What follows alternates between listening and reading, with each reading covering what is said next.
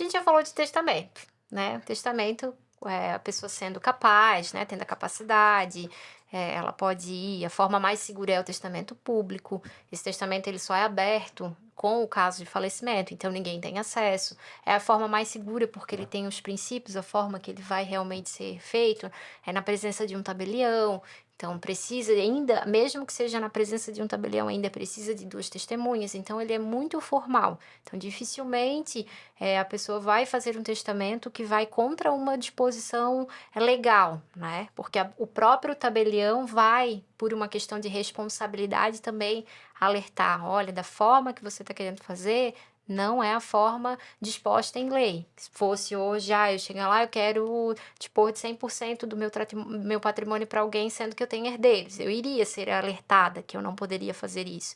Então por isso que é uma das formas mais seguras. Outro também que eu realmente quero comentar isso, porque envolve a questão de imposto, é a doação, né, a doação em vida. Geralmente quem faz a doação em vida são realmente pessoas mais de idade, que têm lá a sua reserva financeira, que querem aproveitar aquela reserva financeira para pagar os impostos já e deixar resolvido para os filhos. Porque daí você pode instituir o usufruto, né, "Olha, eu estou vivo, então eu vou continuar usufruindo desses bens, dos aluguéis, das coisas que aquilo pode dar, mas eu já transferi a propriedade desses bens para os meus herdeiros". Mas daí a gente sabe que na questão da doação a gente tem a incidência do ITCMD, né, só que ainda assim vale a pena fazer a doação, porque o que que acontece? A expectativa de vida de algumas pessoas pode ser que vão durar 100 anos, 110, eu espero durar pelo menos uns 100 anos para incomodar bastante, né.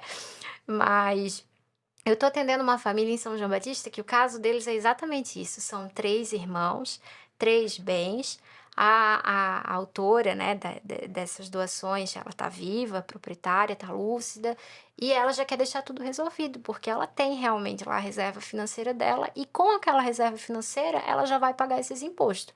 A expectativa de vida dela é mais 10 anos, só que o que que pode acontecer daqui para a 10 anos? A valorização imobiliária desses bens, porque são imóveis. São João Batista passou por uma calamidade que 80% da cidade ficou debaixo d'água por conta da enchente, e os 3 imóveis dela são na cidade alta. Então teve já de um ano para outro uma valorização imobiliária.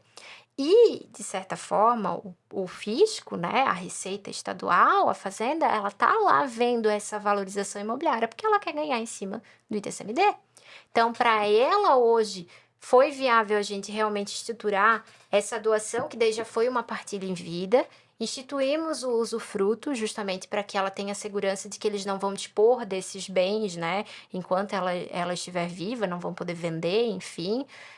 A gente está elaborando cláusulas de incomunicabilidade, porque é um bem que vai vir para os herdeiros a título de herança. Alguns são casados, um é casado no regime da comunhão universal, então esse bem agrega no patrimônio dele. Só que como é uma doação, uma partilha em vida, a gente consegue gravar a incomunicabilidade. Então esse bem específico, se numa eventualidade eles se divorciarem, porque é um casal jovem, não vai entrar para fins de divisão do divórcio.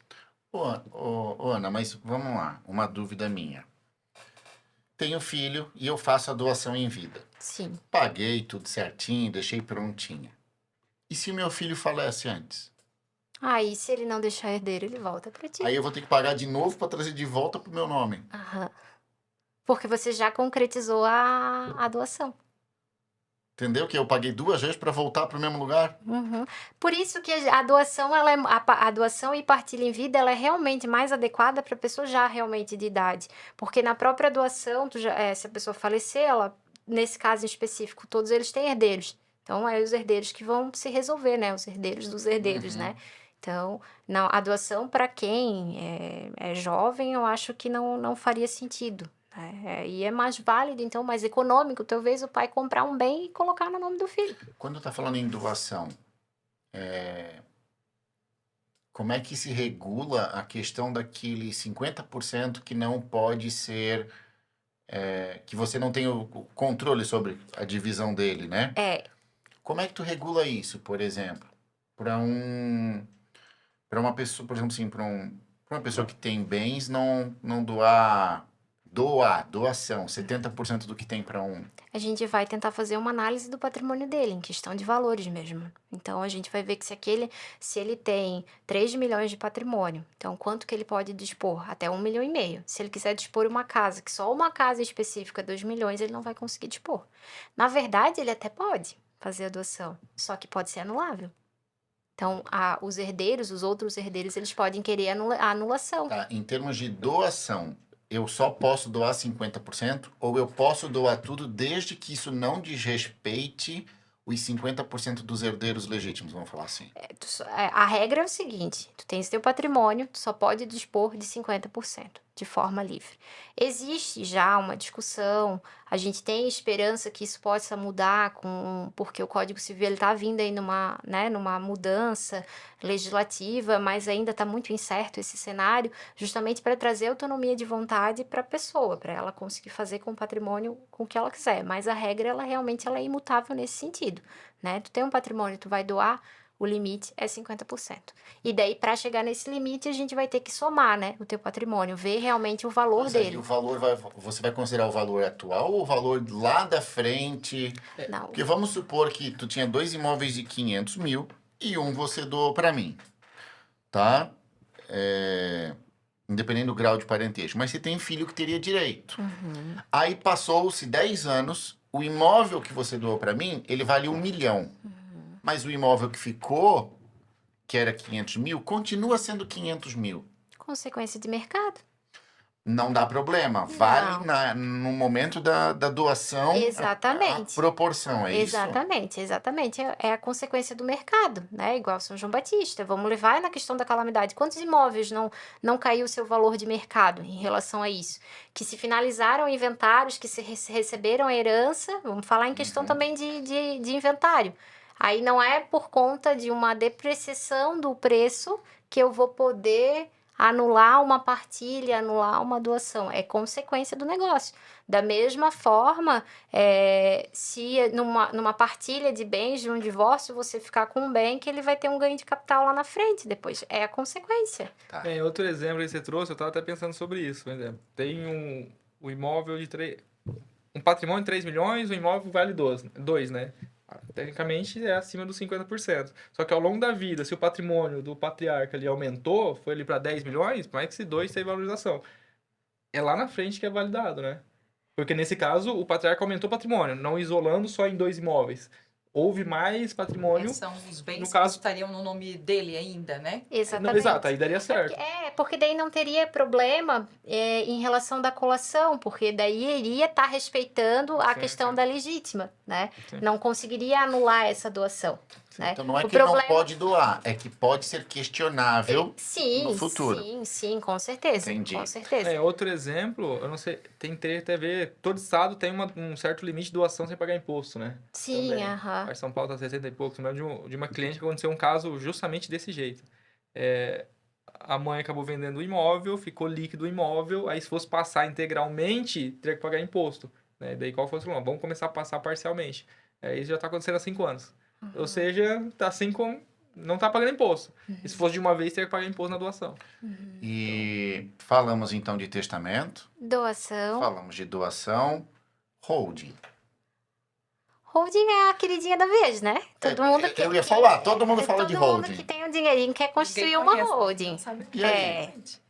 Assim, O que é mito e o que é verdade ali dentro?